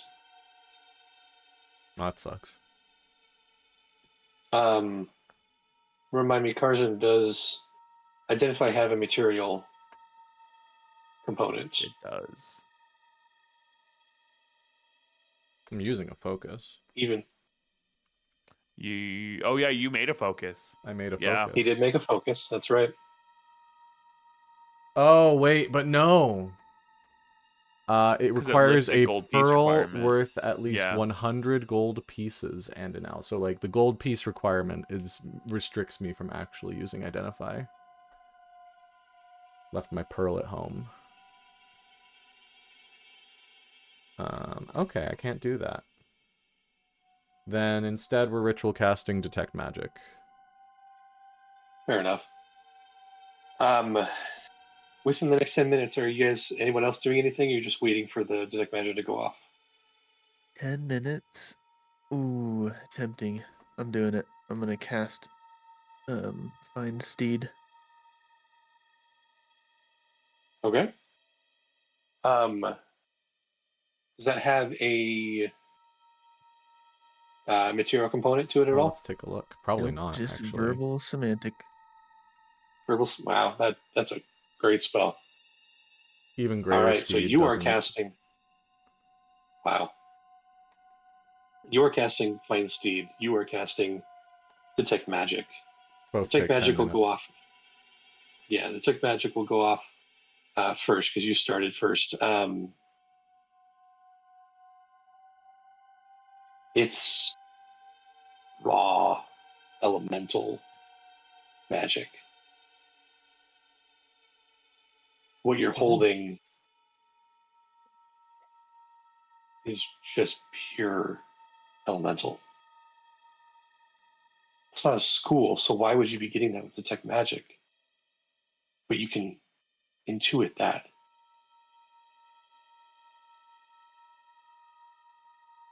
And it's potent.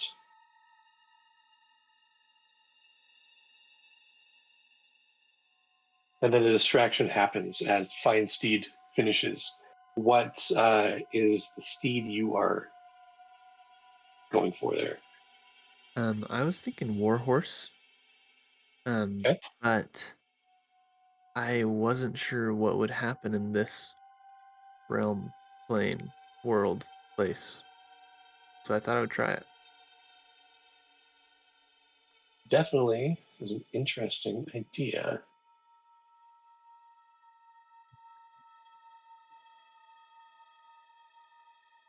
You can choose whether it's a celestial, fey, or fiend when you cast the spell. Celestial.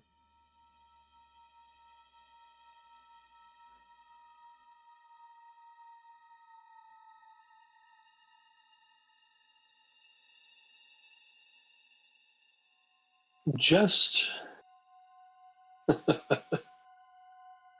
I'm going to need you, Ergi,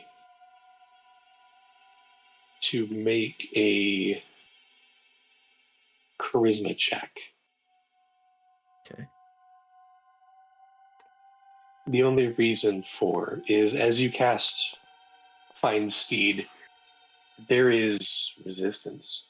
There is something pushing back to stop celestial things entering this plane. Touche. 6. You roll the 6? Mm-hmm. Okay. Unfortunately, that barrier proves too strong right now. Cool. I'll say Does it you consume the don't. spell? It will not consume the spell slot, Sweet. but there is something there. There is a dome, a something stopping anything extraplanar from entering Cool. in that manner. Anything extraplanar or specifically celestial? Well, the only thing you have to go off now is the celestial. Okay, but just I was just. Did he get the anything, or he got celestial doesn't work? At this, he got celestial. Okay, great. You're not sure if that extends to other extraplanar entities. But you guys gather yourselves. Where do you go? What's your plan for now? I think we could go to the structure now. Sounds good. Okay. Um, Once again, I'm going to need. well, What's up? first, just voicing an idea but like, not to derail our current plan, but if at some point, it's probably a crazy idea, but like, try to light every single lantern in this place to see what happens. I would But love that's probably to. a crazy idea. We don't have those resources, and healing spells don't work here. Right. Yeah, so he said there was hundreds of them. Yeah. So I was like, oh, well. I Yeah. love that plan, but I cannot conceive of a way to have enough hit points to use as resources for that. Fair enough. Okay, Because let's go. I learned last session that all of my heal spells, it's like most of my spell slots that don't use material components, are useless here. So, Yeah, let's make our way to the structure. Nick's leading. Okay. Guidance. With Nick's leading, what's up, Cal? You said that these lanterns are iron, right? Yes.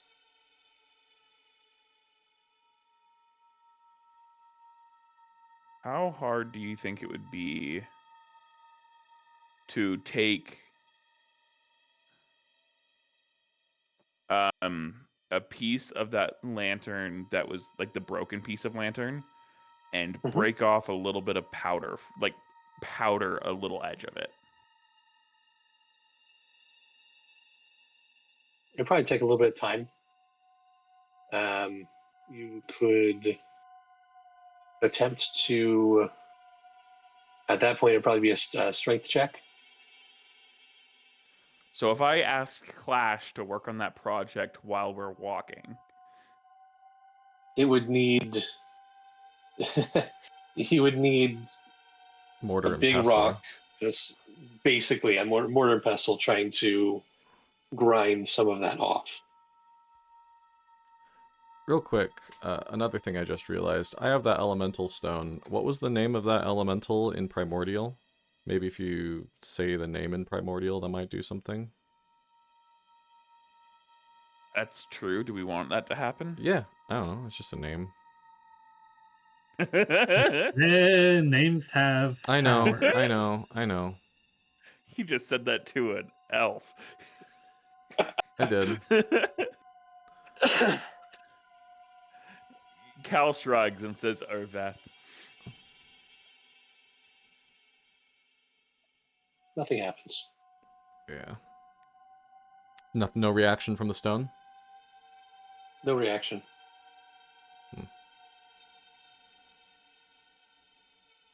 Does one need to be holding the stone while saying the name? How light is it? Does it feel like breakable? Is it fragile? Is it solid? Oh, it's solid. Okay. I'd say it's probably just that little stone. Probably weighs 2 or 3 pounds. So are we talking like, because like our same category as like diamonds or emeralds, hard, brittle, like very tough but brittle materials? Because you can break a diamond with a common house hammer by just smacking it. So kind of like that same kind of idea where like scratching it's going to be practically impossible, but breaking it wouldn't be too hard. Well, it's also like a magical thing. Okay. I mean, But you I'm could comparing it to certainly. You No. can certainly try, Cal. my impulsive understanding though, just by looking at the material, is that it's somewhere in like the emerald diamond kind of concept range.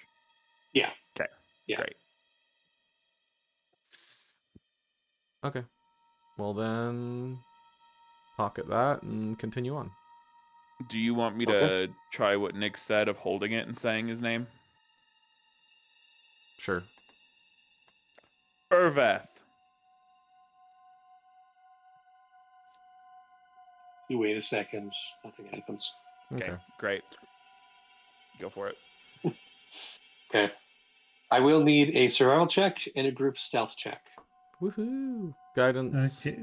for both Help of action for those. the survival check, so advantage there Okay. too. So Never mind, you Survival don't need with guidance and I'm doing Oh. stealth with guidance because you can. Just That's 2 do crits both. on my screen at the same time. Holy. Yeah, I'm looking at that too. That's crazy. wow, Stealth. so nat 20 and Cool. a 28 on the survival. Sweet. Oh yeah, stealth. Need to do stealth. So we're going where we want and no one saw. That's kind of what I'm getting with these dice rolls. Yeah, pretty much. Even Hot Clash. dang. Wow. That makes up for all the crappy Yeah. rolls from earlier. True. Yeah. You guys are. Those look like pass without trace stealth numbers. Like Yeah, really. You guys are silent and quick. You managed to find your way from these lantern gardens to this structure fairly quickly. Within maybe 20 minutes, half an hour at the most.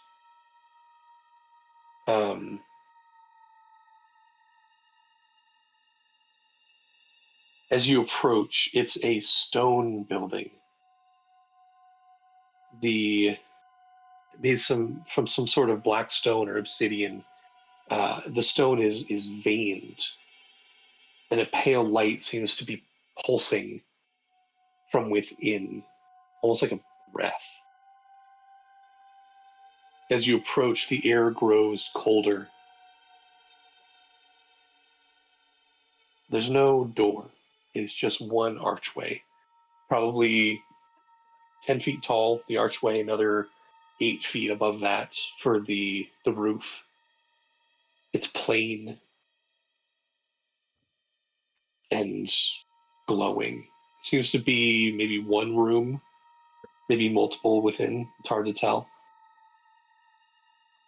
Do you enter? Yeah, Cal's apparently in a very chaotic mood today. So yeah, he just goes in. There's a line that just popped into my head from one of the Berenstain Bear books. Do you dare, what is it? Do you dare to go in? Do you dare, what was it? Just stay out. Like, do you dare to go, yeah, do you dare to go in? Do you dare to something else? Anyway, I'll Cal, be back in a minute. okay.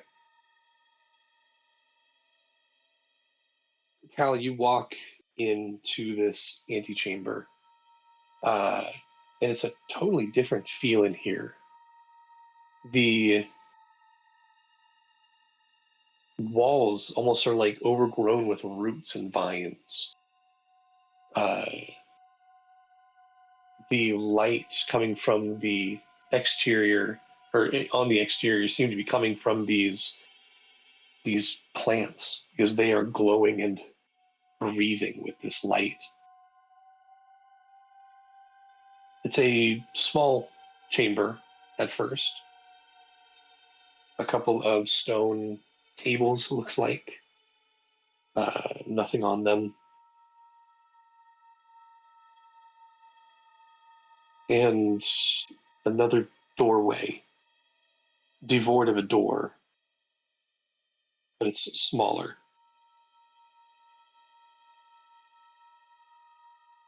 Does the light coming from the plants feel reminiscent of the light in the lanterns? Not exactly, no. If I roll an Arcana check, can I get a better not exactly? I'll allow that, yeah. Guidance.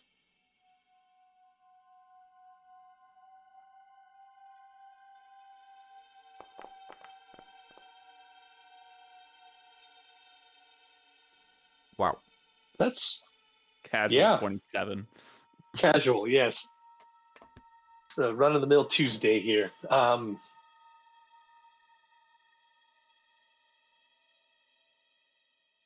The way the light ebbs and flows,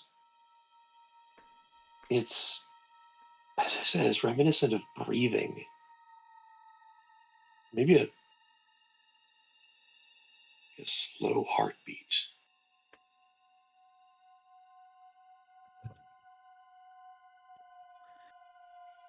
These roots seem to go down deep. But what's weirder is they seem to be growing up.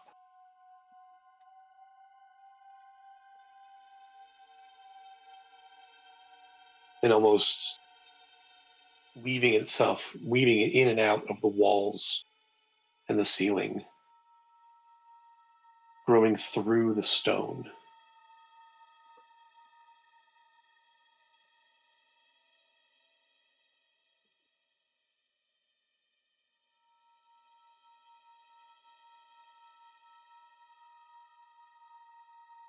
There's definite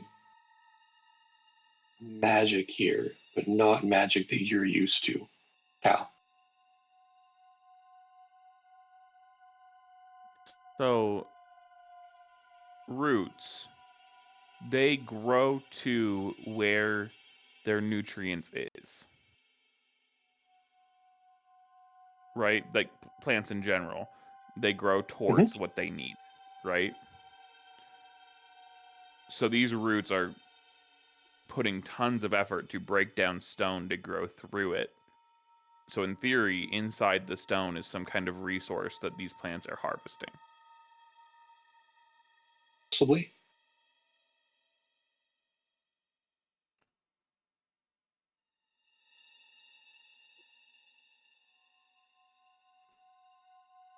Interesting. You think And back, real quick, you think back, and you turn around and look out the archway. There's trees. You knew there was something different about this, something wrong looking. They're not trees. They're the bottom sides of roots. Every single one of them.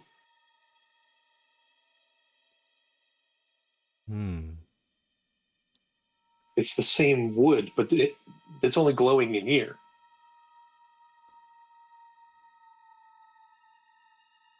Those all look dead. These do not. Okay.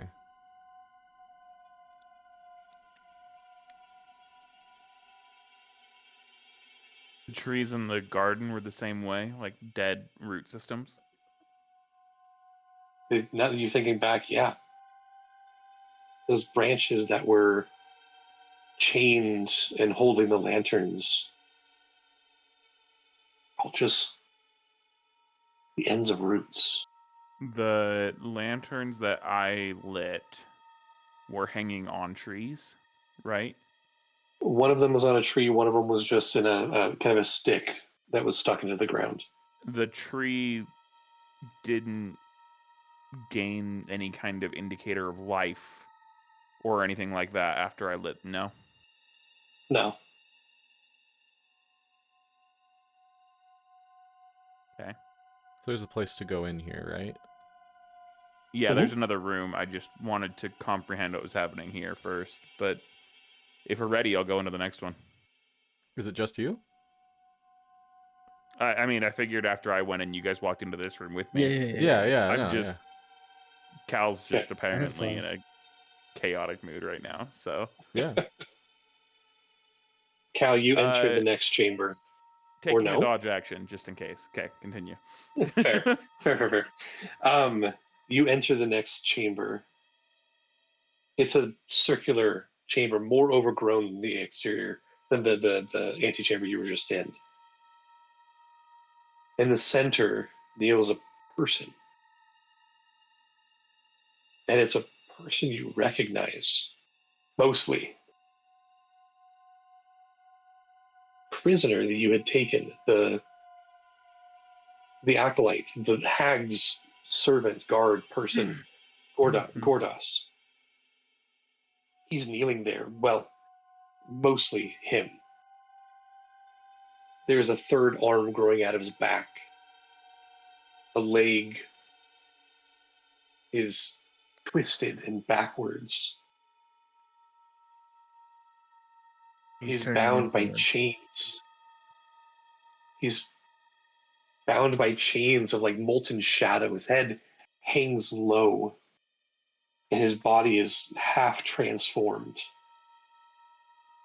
You can see, as I said, the sinewed limbs of one of those creatures starting to sprout. Make a perception check, Cal.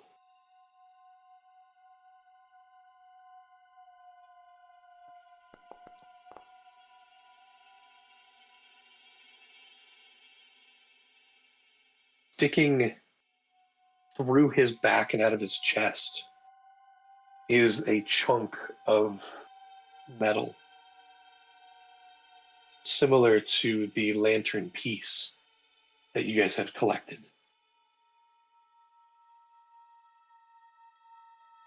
In this room, above him hang 4 iron lanterns, once again gently swaying in unseen currents. Each burns with a different colored flame. It's different to the ones you guys are holding.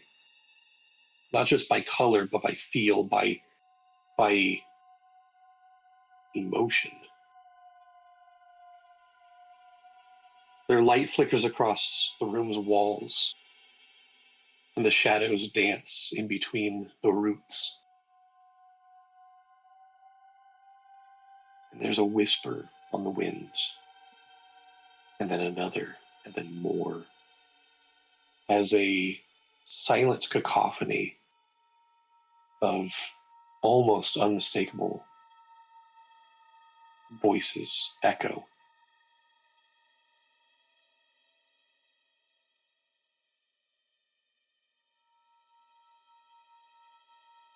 There are certain words that you can pick out, but it's hard. Kyle, you're standing there hearing all of this around you. You pick out soul, wade, truth, whole, hollow, forgotten. There's something here.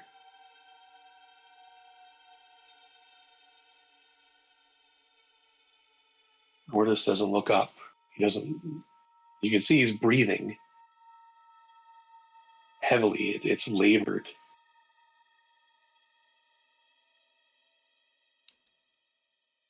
Let me.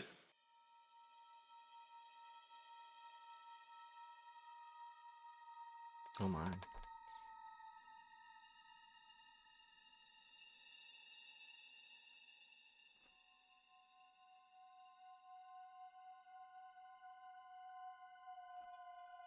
As you take in the surroundings, I think this is where we're going to end tonight.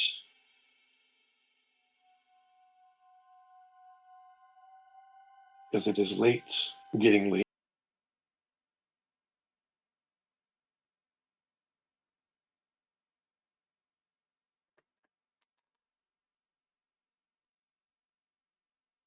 I feel like we're going to need a little more time for this, Fair enough. possibly. Maybe. Probably depends on what we do. Fair. But we will end there, and we'll pick up next time, next week, possibly. Next time we are able to play. Okay. Well, Thank you dang. guys for playing tonight. Yeah, it's fun. No problem. Yeah, sweet. GG's. Yeah. Hopefully figure out what happens Is next. he still humanoid currently? Currently, yeah. Technically not, because he's got extra limbs, right? Yeah, fair. Yeah, sort of. Parts growing where they shouldn't be. I'll just say that.